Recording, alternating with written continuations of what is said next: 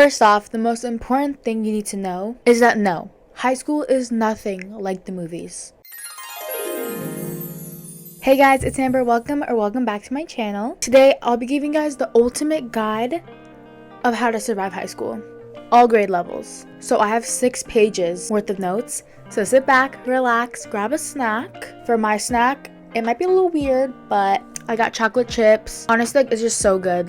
But let's go ahead and get started. It's really important to take the things I say in this video into consideration before entering your grade year in high school, because I'll be talking about things that are so important and crucial when it comes to surviving the next 4 years. So first off, like I said earlier, no, high school is nothing like the movies. Nothing. Honestly, movies just exaggerate high school, and you honestly don't notice until you've experienced your 4 years of high school. At least at my school, I didn't hear about anybody getting shoved into a locker because of bullying, so I'm taking that as nothing like the movies. But the first topic we're gonna be talking about is popularity. Wondering why it says popularity? Who's she? Because it doesn't exist. First off, don't be coming into high school thinking you're gonna be popular, and don't be coming into high school thinking you're gonna see popular people, because I literally can't stress it enough. It doesn't exist in high school. The people that were popular in middle school and elementary school, they're literally nobodies in high school, and you don't even hear about them if you're not friends with them. There are a few times if you're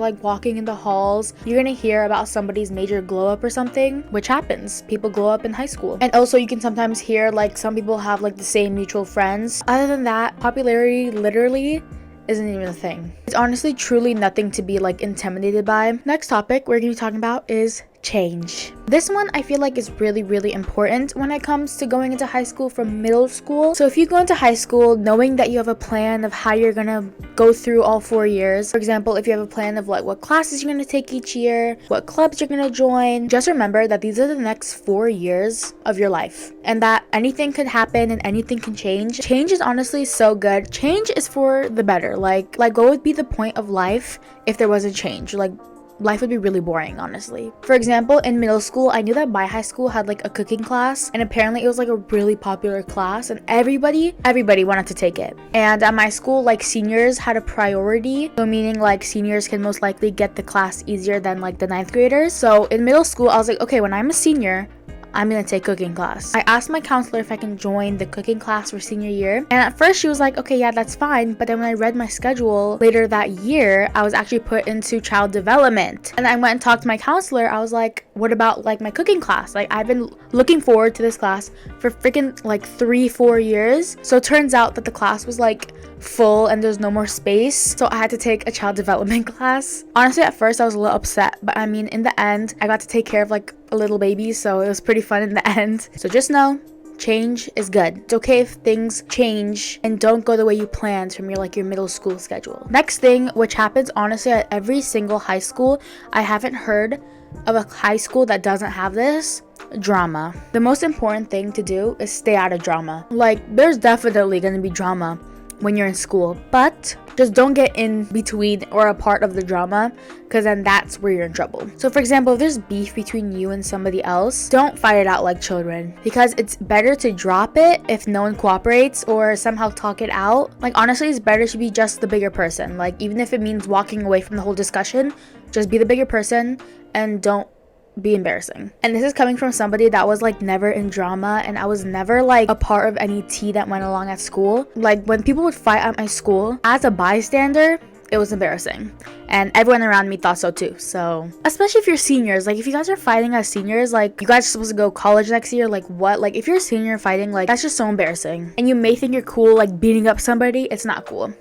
It's cringe, and once again, embarrassing. So stay out of drama. Also, it's more interesting if you're not a part of the drama, because you get to see the whole thing go down, and it's kind of something about somebody, something like that. You know what I mean? Does that make sense? You know something about somebody, and they probably don't know anything about you because you're a bystander, but in the end, you're winning. If you don't think I know who you are, I probably don't. But just don't be involved in drama. It's not cute. It's not fun for anybody. It's also really important to be nice if you're trying to get rid of some tension between two people, but not to the point where people are walking over you. Being nice can also help with you making friends and finding people that you enjoy to be around, and this leads into your freshman year of high school. Just to let y'all know, this advice is coming from somebody that never really had a first year of high school because of the COVID-19 pandemic. I'm gonna be saying all the things that I missed out of being a freshman, and along with that will be some advice of how to make friends and stuff like that. So freshman year, I feel like is really about friendship making and just trying to find people to hang out with, because coming from middle school, it's like people from all over middle schools coming to your high school type of thing. Not everybody's gonna be from the same middle school, so not every group in middle school is going to be the same group in high school. It's okay if you don't make friends like on the first day, first week, first month. It honestly all just relies with you putting yourself out there. If you sit next to somebody that you literally have no idea who they are, honestly just introduce yourself, ask them like, oh, what's your name, stuff like that, and then just kind of go along like that. Like some things I did to kind of make friends in class, if I didn't know anybody in that class, was I would just honestly ask the person next to me like, oh, what was the homework, or like, oh, do you have a pencil, even though I knew I had a pencil. It's important to just get past like the first little talking stage, and then you guys kind of just like click and keep going and keep talking, because honestly friends get you through high school. Like it's way more fun and way more worth going to. Like some days like I would not feel like going to school at all, but then I remember like I was like, oh, my friend's club is this day, like I probably shouldn't miss it, and then I would go to school just for my friend's club. So yeah, it's just really important to make sure that you guys like branch out, especially as freshmen. It can be really intimidating, like high school, like you guys are like 13, 14, maybe 15, and there's like people at the same school as you that's like 17, 18. It can be really intimidating, but you know, it's just important to know that like in the end we're all people.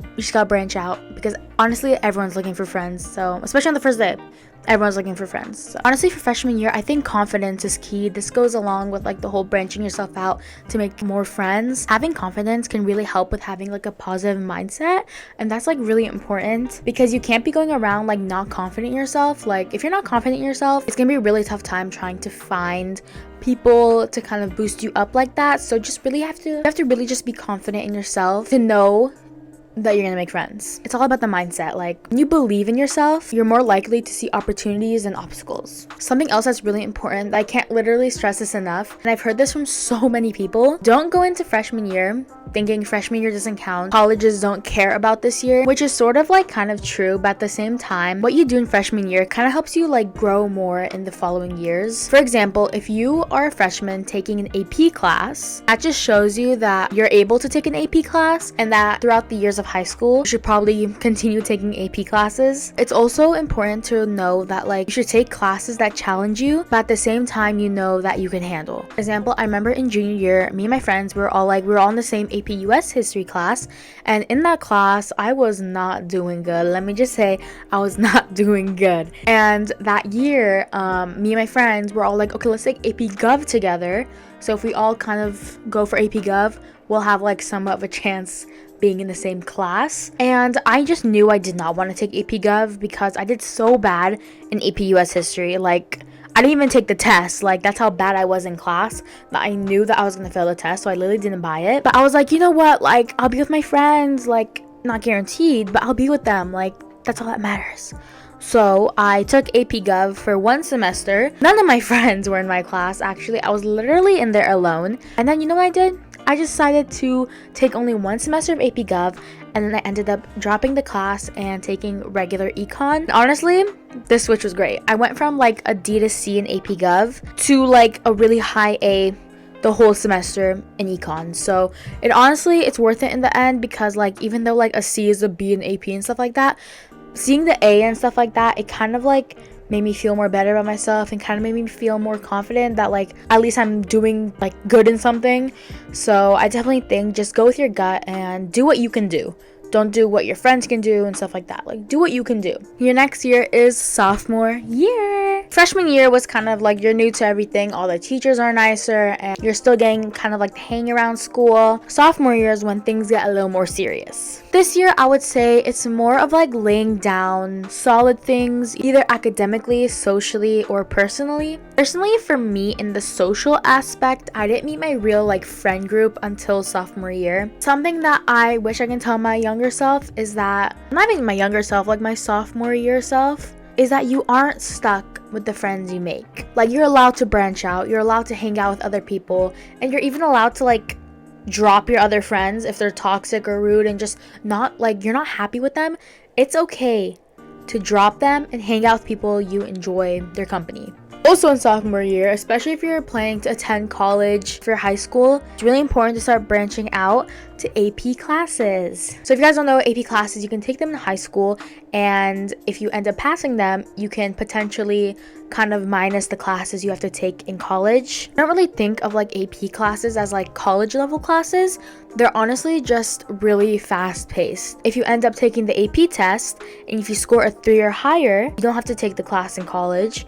But if you score a 2 or lower, it's like you took the class for no reason, and you're gonna have to take it in college even though you took it in high school. Join an AP class that you know you're gonna succeed in and you know you're gonna do good on. In sophomore year, it's maybe better to like branch out to different colleges and kind of see what colleges you are looking forward to going to, just so it can lessen the stress on your junior year of high school. So if many of you don't know, which I'm sure you all do, junior year is stereotypically considered the hardest year of high school for so many reasons. Like, at least back then, I say back then, like beginning of 2020 or something like that, SATs used to be mandatory for juniors to take in order to apply to UC colleges. However, that is not mandatory anymore, but you can still take it. It's not like it's not there. You can still take it in junior year. It's just that if you do take it, I think it does make your application stronger if you do take it. So something in junior year that I really want to say is make sure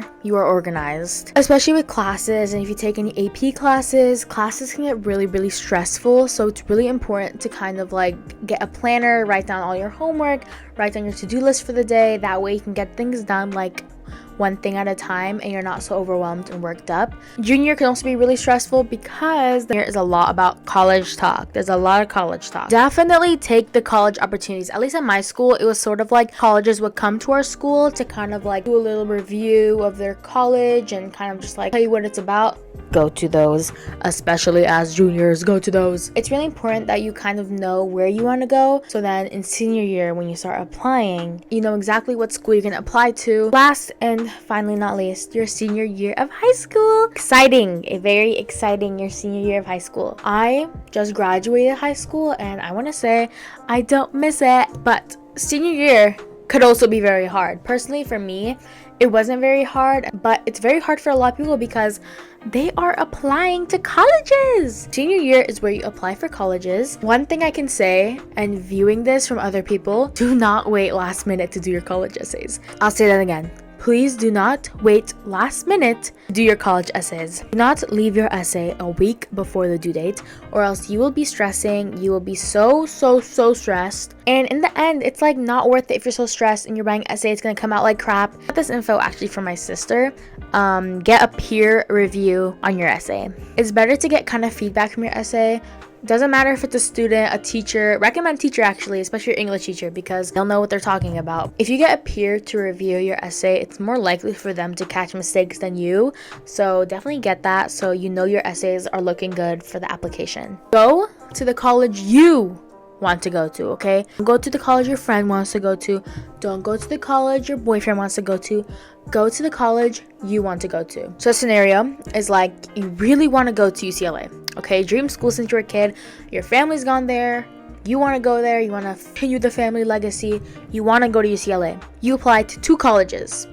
UCLA, which is your number 1 school, or UC Santa Barbara, which is your backup school that you're gonna room with your friend if you get into. College decisions come out. You got waitlisted by UCLA, but you got accepted into UC Santa Barbara. And so has your friend got accepted into UC Santa Barbara. Now, you and your friend are talking about how you guys are gonna room together, stuff like that. Like, you're like, yeah, we're gonna room together at UC Santa Barbara. We're gonna be besties forever. Week, 2 week, maybe a month later, you're off the waitlist of UCLA. You got accepted into UCLA. But you made all these plans with your friend. Personally, for me, I would go to UCLA. University after high school is the next 4 years of your life. The reason for this is because college is a lot different than high school. That's also really important. Senior are senior events. We got homecoming, prom, senior sunset, senior sunrise. I definitely recommend going to these senior events. It really does make memories. Personally, I went to homecoming, but I didn't go to prom. Not going to prom is not the end of the world. Like, here I am, I didn't go to prom.